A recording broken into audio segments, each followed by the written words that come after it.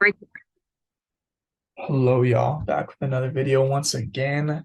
And today we're going to be going over, as the screen displays clearly for you guys, the 2022 Seahawks standouts for this last season, man. And so, yeah, we're going to start off right away. I'm going to be making this list go 5-1, and then I'm going to have some honorable mentions, guys that I think played well, but either they didn't necessarily exceed expectations or they just kind of like met what we expected from them. So there's going to be good players on this that don't make the list, like some of our best players on the team that don't make our list because it's about standouts based on expectations. So you want to look for guys that are standing out from the crowd from what we already are either paying them to do or kind of expecting to happen already for our role player, this, that, the other thing. This list is about guys who exceeded expectations going into the season and stood out beyond what we could have reasonably asked for. So, without further ado, we're gonna hop straight into number 5, and that is Ryan Neal, safety, baby. And Ryan Neal is a stud this season. Honestly, he helped our defense tremendously. He was kind of like a glue player, is the way I like to think of him. He just held our team together in a sense. He was able to play a variety of different roles, and he came out there and he made plays for us, man. So, I mean, we have some statistics on the screen: 66 total tackles, 45 of which are solo, 4 tackles for loss for a DB is not bad at all, man. That's a pretty good little player there. He even got a sack on a blitz at one point, and he had 1 interception on the season. And I know these are not the most eye-popping stats, but he just played incredibly well, very well-rounded player, and he exceeded my personal expectations. I already thought he was a decent player, but this year he just really stepped up and was honestly just one of the stronger players on our defense easily. And so I wanted to give Ryan Neal some props right now for his performance. So we're going to keep moving right along to number 4, and that is K9, Kenneth Walker the third out of Michigan State, bro. Kenneth Walker was absurd this year. He simply was. And the reason he's on this list, you might be thinking, well, he was a second round pick at running back. You expect him to play well.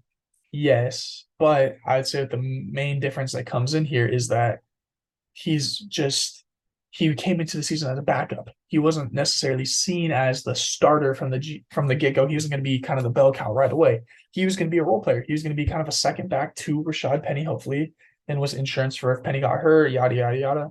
And his bigger role wasn't going to start taking over until perhaps this coming year or what have you.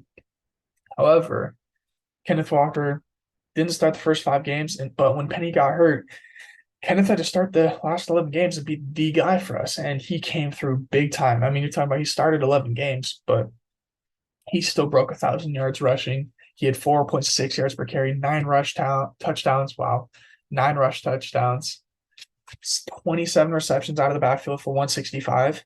He didn't score on any receptions, so he had 9 total touchdowns on the season, 1,215 yards from scrimmage.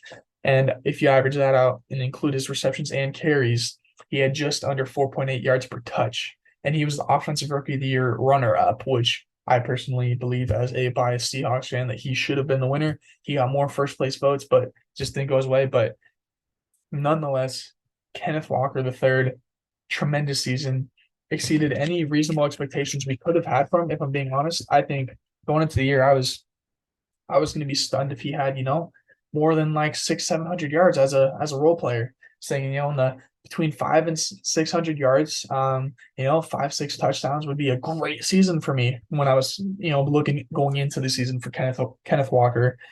But he came through, was a bell cow, super reliable, explosive player. So I just wanted to give him a shout out as the number 4 most shocking, because to clarify, he could have been higher on this list because yes, he's not, he's a great player. However, I think relative to my expectations for him, which were lower, and he exceeded them greatly, I had higher expectations for him than some people that are on this list coming up. So even though he performed as good, like relatively speaking, his standard was already set higher. Like I said, I expected him to have a role in our offense, 500-600 yards and some touchdowns, and he greatly exceeded that, which is why he's on this list. But there are more players that even further exceeded my expectations going into the year. And we're going to move right into 3, and that is Uchenna Nwosu. Man, Uchenna Nwosu was a free agent signing on a 2-year deal that I really liked. I thought was an intriguing player. young guy. I think he was 25 going into the season, and he simply balled out. He was probably really could make an argument that he was the best player on our defense across the season. And so I think that you can't really put a value to that. I had expectations of him coming in getting a few sacks. I was hoping for like 5, 6 sacks would be a great season for him. He was going to be a rotational guy coming off the edge here. And honestly, I'm just stoked that we were able to get a guy like him on our roster because he was a huge difference. And now he's going to be coming in this next year. I'm hoping we're able to extend him. But he had 9.5 sacks, 3 forced fumbles, 42 solo tackles, 66 total tackles, 12 tackles for loss. That's a lot of tackles for loss, honestly. 26 QB hits and 2 fumble recoveries on the year. Great season. Huge role on our team. Kind of a guy that you can really build on. And so I think that's what we need to do is we need to give him more help in the D line inside of him and on the other side on the edge. We can continue to build more role players here so we can just keep everyone fresh and attacking the quarterback. I think that's going to be a huge thing moving forward. But number 3, Uchenna Nwosu, greatly exceeded my expectations, became a dominant player on our team and simply one of the best defenders. And you could argue the best defender on our team this season. So huge, huge season from him. And now we're going to move right into number 2, where we're moving into one of the big ones, Tariq Woolen. Tariq Woolen, the reason he's higher than Kenneth Walker III is because honestly, he was a 5th-round pick. He's a 5th-round pick. That's crazy. And he came out here and was a Pro Bowl corner for us, tied for the league lead in interceptions with 6. He also had 16 passes defended, 3 fumble recoveries, and he also had 62 tackles, 46 solo, 1 tackle for loss, and he came in 3rd place in the Defensive Rookie of the Year race, which he had some hot competition. As far as Sauce Gardner, I mean, that was just unanimous. He was going to win, but as well as Aiden Hutchinson had a great season, also had 9.5 sacks, and just so much comp there. But Tariq Woolen, we got ourselves a hidden gem in the 5th round. You don't get day 3 starters that are Pro Bowlers as rookies very frequently. That's a rare thing.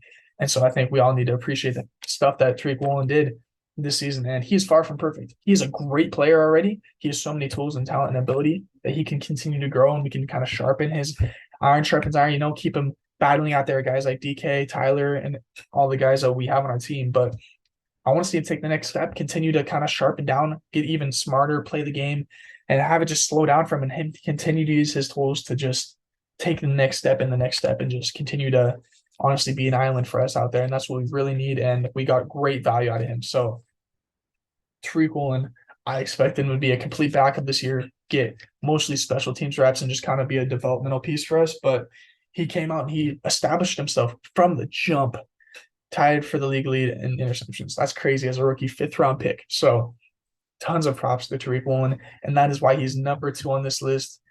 And I'll tell you what, he's the highest rookie. Now, number 1 is probably going to be a shock to about 0 people out there. There's no one that I think is going to be surprised about who comes next, and that is Geno Smith. And I'll tell you what, he did not write back. And I know that's been overused, but man, Geno Smith was a dog for us this year.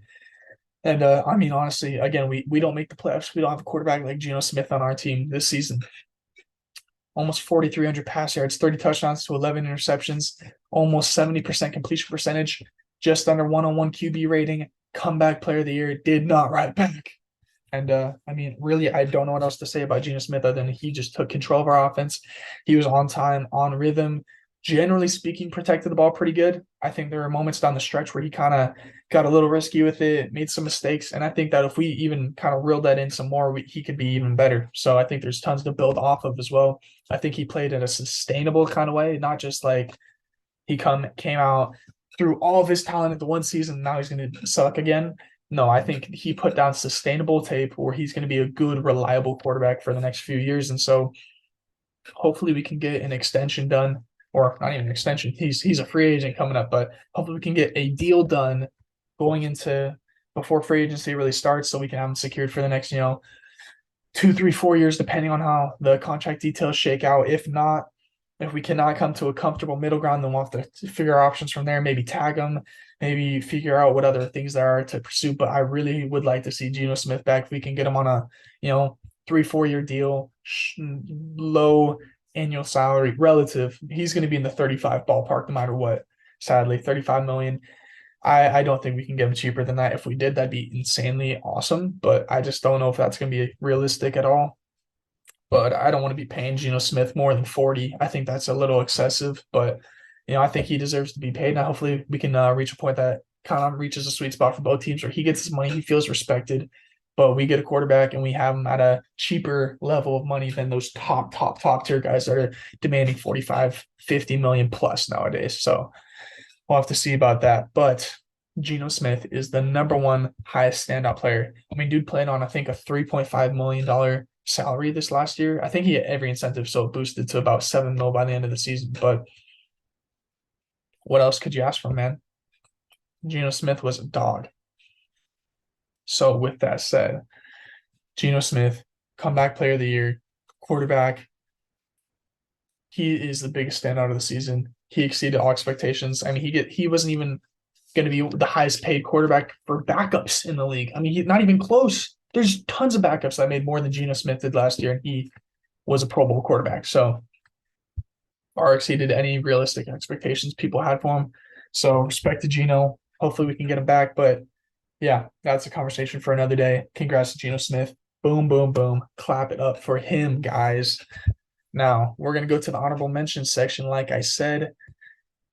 And that includes DK Metcalf, Tyler Lockett, Abe Lucas, Charles Cross, Kobe Bryant, Michael Jackson, Marquise Goodwin, Jason Myers, and Daryl Taylor for the second half of the season when he started rushing the passer a little more effectively. But what I'll say is all these guys made the list for a reason as honorable mentions, and they either kind of met my expectations for them. Like that's the example of DK Metcalf and Tyler Lockett.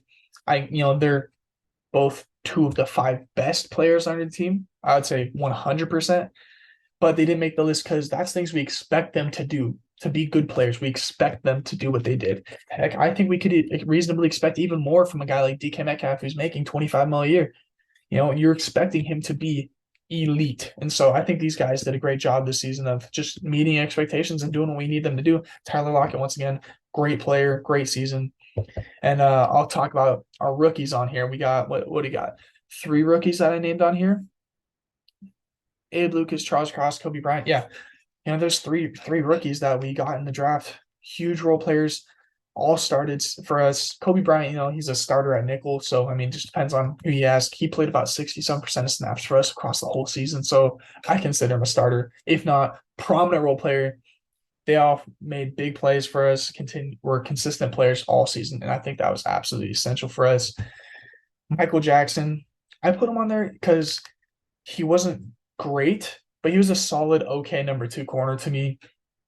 I think he leaves a lot to be desired, but again, he was a guy that was an undrafted free agent. We got him for nothing. I mean, I wouldn't have thought anything of him. If he was literally complete garbage all season, I would have not been surprised.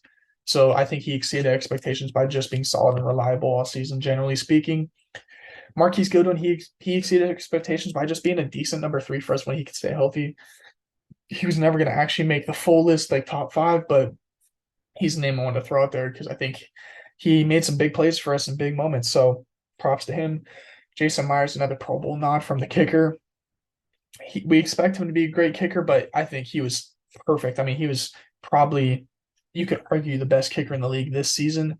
So props to him, man. Daryl Taylor, he could have honestly made the top 5 list if he was consistent all season. He had 9.5 sacks. That is a great attribute. That in itself exceeded my expectations, but he could not step up and make the plays in the run game and be a consistent every down player that I wanted him to be going into this year. So he kind of fits in this weird role where he can, in the first half of the season, I would have full on labeled him as a disappointment. He would be in the bad side of the list, but he stepped up in the second half as a pass rusher, at least, to kind of meet my standards of him offering something big for us and on the defensive side of the ball, at least as a pass rusher.